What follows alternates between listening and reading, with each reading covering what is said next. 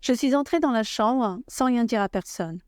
Je ne savais pas combien de temps j'aurais à passer seule à seule avec mon grand amour, mais j'avais dans l'idée que les Chastins avaient compris mon besoin de temps et de solitude.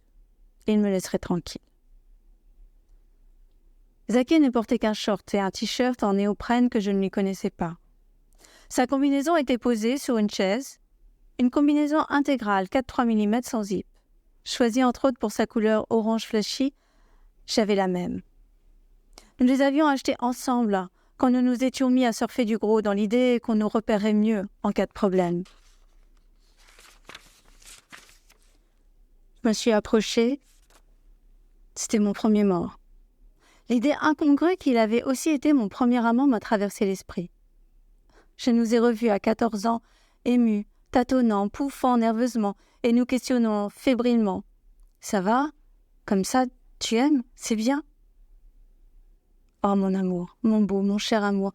Non, c'était nul cette première fois. Nous étions trop pétrifiés par la solennité du moment et par la hantise stupide de mal faire. J'avais eu mal. Tu t'étais excusée sans fin de voir le sang couler et tu m'avais couverte de baisers. Non. En fait, c'était merveilleux, merveilleusement nul et raté. Zaké, mon premier, mon seul. Comment se fait-il que tu sois dans cette pièce horrible, ou plutôt que tu n'y sois plus ? Car pour mon premier mort, j'ai compris ça. Il n'y a plus personne. Ce qui gisait sur ce lit, ce n'était pas toi. C'était juste un amas de cellules voué à la putréfaction. Tu avais déserté ce corps, mais cette désertion était tout ce qui me restait. Ce qui fait que j'ai quand même serré ta main froide contre mon ventre inexplicablement chaud et vivant. Je t'ai parlé. Les mots sortaient de moi, des mots qui ne me ressemblaient pas, des phrases tendres et ferventes que je ne me serais jamais autorisée si tu avais été là pour les entendre. Je le regrette, Zaké, comme je regrette de ne pas les avoir prononcées plus tôt, et comme je prie pour qu'il y ait un après, un quelque part, où tu les perçois, où tu les entends. Mon beau chéri, mon bel amour, oh oui, tu étais tellement beau. Est-ce que tu sais ça ? Les premiers temps de notre histoire, j'étais presque écrasée par ta splendeur et par la conscience de mon indignité. J'avais l'impression que nous formions un couple ridiculement mal assorti. Au collège déjà, tu étais parmi les plus grands, tandis que je n'ai jamais dépassé 1,62 m. Mais tu n'es pas petite, tu as la taille parfaite pour le surf.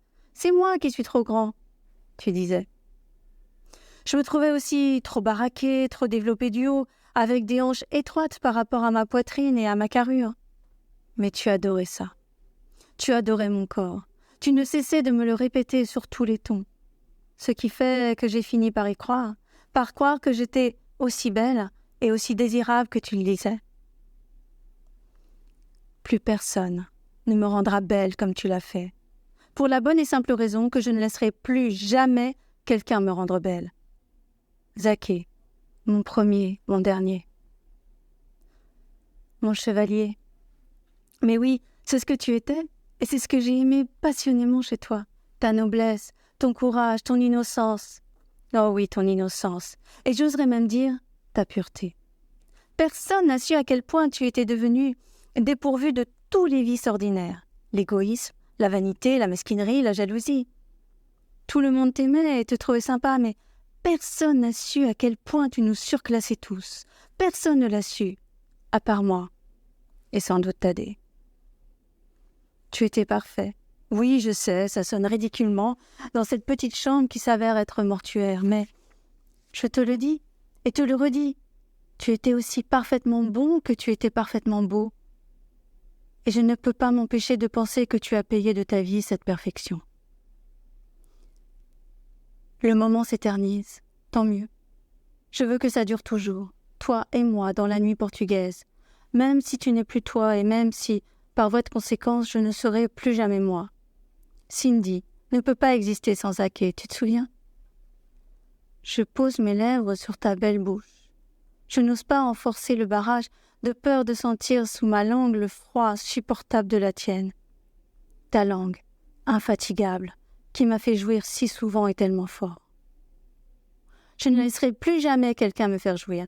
Là, tandis que je t'embrasse pour la dernière fois, je t'en fais et je m'en fais le serment solennel. Et tu me connais, je ne mens jamais. Je ne parle jamais pour ne rien dire. Zaké, je suis à toi.